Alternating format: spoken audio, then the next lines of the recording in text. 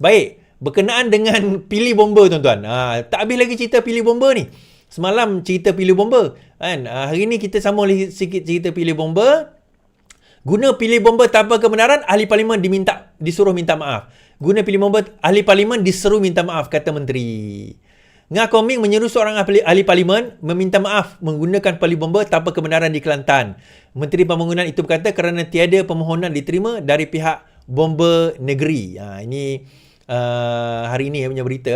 Saya menyeru mana-mana pihak yang terlibat, saya tak nak sebut nama, walaupun sudah diketuai umum, wajib mohon maaf daripada bomba. Saya difahamkan oleh pegawai yang memang ada ahli parlimen disebut dilaporkan media berkata dia ambil air itu dengan kebenaran bomba. Tetapi hasil siasatan jelas pengarah bomba negara sahkan yang tidak ada sebarang kebenaran.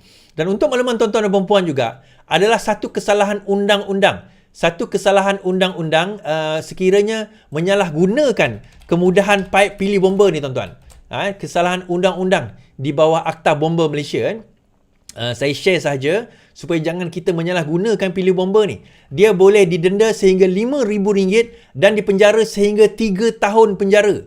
RM5,000 sehingga 3 tahun penjara. Baik, saya share supaya kita berhati-hati dalam nak vandalize kan ataupun menggunakan secara tidak patut barang-barang awam ni kan. So ini kesalahan-kesalahan pelanggaran Akta Perkhidmatan Bomba 1988 boleh didenda RM5,000 dan dipenjarakan selama 3 tahun, iaitu menyembunyikan pilih bomba, gagal kemuka notis bagi kerja menjejaskan pilih bomba, enggan menggalang mencatat pemasangan pilih bomba. Okey, gagal kemukakan notis bagi kerja menjejaskan pilih bomba. So menyembunyi dan menyalahguna pilih bomba boleh didenda RM5,000 dan dipenjara 5 tahun. Dan kalau sabit kesalahan RM5,000 itu lebih daripada RM2,000, ahli parlimen tersebut boleh dilucutkan jawatan sebagai seorang ahli parlimen di atas kesalahan tersebut. So daripada berlaku sedemikian, lebih baiklah ahli parlimen itu memohon maaf dan mengaku kekilafan. Tak payah lagi dia nak nak kata itu, nak kata ini. Dia kata tak ada masalah, apa yang dia buat itu untuk rakyat. Dia kata apa? Ini komen dia tuan-tuan. Saya bacakan komen beliau. Apa yang Kak Lah buat hanyalah untuk rakyat. Baik. Apa yang Kak Lah buat hanyalah untuk memudahkan orang ramai. Ahli Parlimen Rantau Panjang Siti Zailah Muhammad Yusof menjelaskan penggunaan saluran paip di negeri itu adalah secara bersama antara air Kelantan Sdn Bhd dan Jabatan Bomba. Justru itu, kata pemimpin PAS itu, tindakannya mengambil air dari JBPM itu hanyalah memudahkan orang ramai yang memerlukan. Mempertahankan tindakan dalam isu penggunaan air dan pilih bomba itu, bekas Menteri Timbalan Pembangunan Wanita, Keluarga dan Masyarakat itu menganggap tidak timbul istilah mencuri dalam kes berkenaan.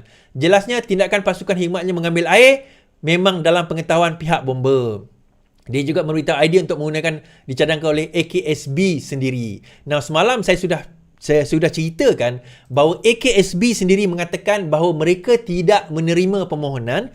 Bomba Kelantan sendiri mengatakan bahawa mereka tidak menerima permohonan. Macam saya kata semalam. Jadi siapa yang berbohong? AKSB, Air Kelantan Sdn Bhd sendiri kata mereka tidak menerima sembarang permohonan untuk menggunakan pilih bomba tersebut. Malah bomba Kelantan, pengarah bomba Kelantan sendiri mengatakan bahawa mereka juga tidak menerima sebarang permohonan untuk menggunakan air bomba tersebut, pilih bomba tersebut. Jadi soalannya siapa yang berbohong? Jadi dia mengatakan bahawa yang ni kita gunakan untuk rakyat. Kita bukan isu tu tuan-tuan. Soalan kita kalau nak bercerita tentang untuk rakyat, apa jadi dengan cerita air Kelantan Sdn Bhd? Apa jadi dengan air yang disediakan sepatutnya untuk rakyat di negeri Kelantan oleh negerinya sendiri? Sebenarnya masalah air ni tuan-tuan, dia ada dua pilihan bagi negeri. Satu, negeri boleh ambil alih. Kedua, sebenarnya ada satu lagi cara. Macam mana Penang buat? Apa cara Penang buat? Terima kasih Eric. Penang dia subkan ataupun dia jual aset itu kepada federal. Pemilikan aset air itu kalau tak silap saya dijual kepada federal. Federal yang ambil alih. Selepas itu Penang atau negeri yang jalankan. Dia ada kaedah. Sebenarnya boleh je formula yang nak digunakan macam mana tata cara sekalipun, tetapi yang penting bagaimana, saya kata bagaimana kerajaan negeri, pemerintah, kan, ketua menteri besar Kelantan, timbalan ketua menteri Kelantan nak memikirkan perkara ini dengan kaedah yang lebih baik demi untuk kesejahteraan rakyat. Kan, kesejahteraan rakyat itu sebenarnya. Tetapi nampaknya benda ini tak selesai-selesai. Jadi kita pelik. Kita pelik kenapa benda ini tak selesai-selesai selepas lebih 30 tahun kita kata. Kan? Selepas lebih 30 tahun.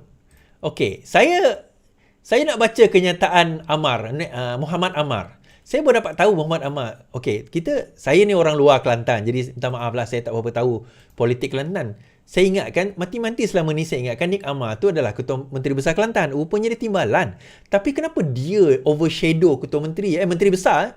Kenapa dia overshadow Menteri Besar? Saya pelik. Dan saya baru dapat tahu Nick Ammar tu rupanya dia bukan Nick. Kan? Nama dia bukan Nick. Nick tu datang, saya tak tahu. Nama dia betul. Dia Muhammad Ammar. Tapi kenapa ada Nick mungkin sebab nak menyaingi Nick Aziz punya keluarga kot. Okey, sebab Nick dekat Kelantan ni dia ada makna dan ada maksud, ada title lah kita katakan. Baik. Apa yang Nick Ammar atau Muhammad Ammar sebut di dalam Harakah Daily, Harakah ni bukan Harakat Daily dia betul-betul Harakah Daily. Di 9 Mei 2022. Ini 9 Mei 2022. 9 Mei 2022 dia kata UMNO punca masalah bekalan air di Kelantan. Kita baca.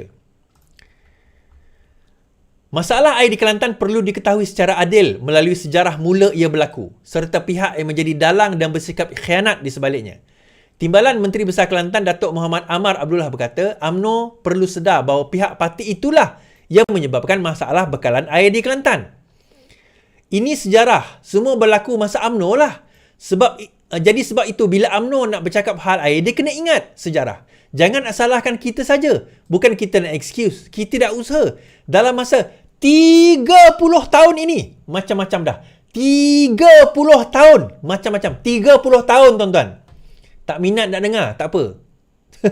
Bila kita PAS menang pada tahun 1990, UMNO telah membatalkan projek bekalan air Kelantan Utara yang telah diluluskan oleh kerajaan pusat dengan kos 600 juta. Tempelaknya. Beliau menjawab demikian ketika semasa, terima kasih Fatih M. Semasa rumah terbuka Aidilfitri kawasan Pekaran Cepa. Okey. Dia kata, pada tahun 1990, UMNO telah membatalkan projek bekalan air yang telah diluluskan oleh kerajaan pusat dengan kos 600 juta.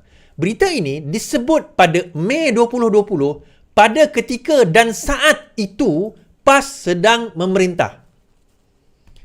Saya ulang berita yang cerita 30 tahun dia dah ulang tu, dia sebut pada Mei 2022 saat PAS sedang memerintah.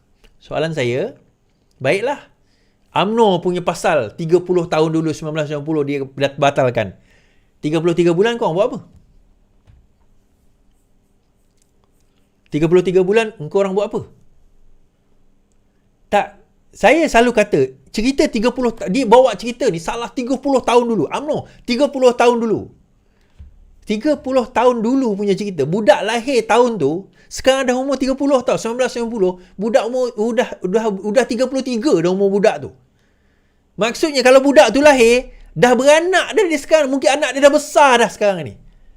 Kan? Masuk universiti taklah, mungkin dah sekolah menengah dah, sekolah rendah dah. Kita masih nak cerita zaman dulu punya cerita. Kan? Kenapa? Nak menunjukkan bahawa bila dia macam ni tuan-tuan. Pemimpin yang hebat, dia akan mencari jalan. Pemimpin yang jelek, dia akan mencari alasan. Saya ulang. Pemimpin yang hebat, dia akan mencari jalan. Pemimpin yang jelek, dia akan mencari alasan. Pak Suman, terima kasih Pak Suman. Kan? Alasan. So alasannya apa? Orang ini salah, orang itu salah, orang sana salah, orang sinun salah, orang sana salah, orang atas salah, UMNO salah, PH salah, DAP salah, semua salah. Dia tak salah. Kami tak salah. Kami bukan nak cari excuse. 30 tahun kami memerintah ni. 400 juta kerajaan bagi kami dalam bentuk royalty. Kami beli Mercedes. Kami tak salah. 400 juta tahun 2019 Lim Guan Eng bagi kepada Kelantan. 200 juta diberikan oleh Zafrul pada tahun 2020. 200 juta lagi diberikan oleh Zafrul pada tahun 2021. Saya tak tahu 2022 berapa. Still. Tapi pada tahun 2020 sampai tahun 2022, 33 bulan PAS memerintah. Menteri undang-undangnya PAS. Banyak di kalangan kabinetnya adalah orang PAS. Mereka berada di dalam kerajaan di mana PAS juga ada kuasa. Tetapi yang salah masih UMNO, tuan-tuan. Tak, saya tak menafikan UMNO mungkin ada dia punya salah dan juga dia punya perbuatan dia dan sebagainya. Kamu kata ini salah kerajaan pusat. Habis kamu buat apa? Kamu ni nak berkempen tentang Kelantan. Memanglah ada aku ni channel politik. Kalau kamu nak cari channel orang lagi golek-golek, gelek-gelek, channel lain. Channel ni tak ada. Ini channel politik. Memang saya cakap tentang politik. Aku salah channel ke ni? Kenapa channel ni cakap dengan politik? Memang ni channel politik. Kita nak kata macam mana? Kalau nak cari channel gelek-gelek, itu pergi tempat lain. Minta maaf, sini tak ada. Tak ada gelek-gelek punya. Minta maaf, sini tak ada gelek-gelek punya. Dan itu saya kata kadang-kadang ada ke orang PAS ni bijak tuan-tuan. Dulu saya kata ada ke orang UMNO ni bijak. Sekarang ni benda ni berjangkit kepada PAS pula. Kan?